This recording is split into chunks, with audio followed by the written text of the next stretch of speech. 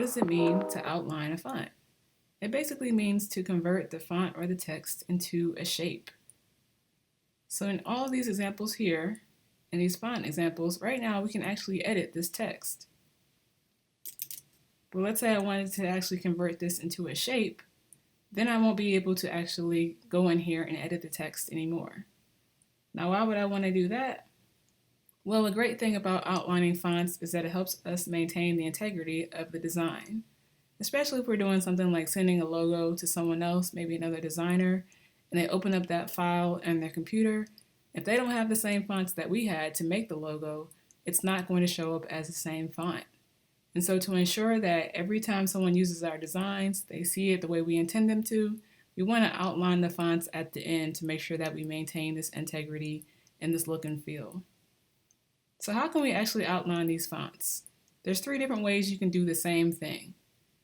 So the first way is we can select the font, we can go up here to type, and we can say create outlines. Another way we can do it is we can select the text, we can right click it with our mouse or our trackpad, and we can say create outlines here. Or we can select the text and we can use a keyboard shortcut. So we can do Command Shift and O or Control Shift O if you have a PC, and you can outline the text that way.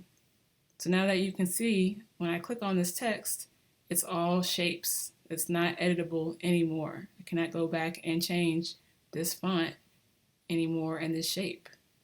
Now it's important to note that if you're going to outline your text, you should probably do it towards the end of your design when you know that you're getting ready to finalize it and that it's good to go. And you can actually do File Save As and save a new version of that file with your outline text.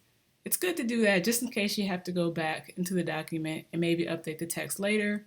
At least you'll be able to do that. But if you save over your entire file and you don't save a new version, then you won't be able to go back and change that text. So just make sure that you change your font and you outline it at the very end when you know you have finalized your design.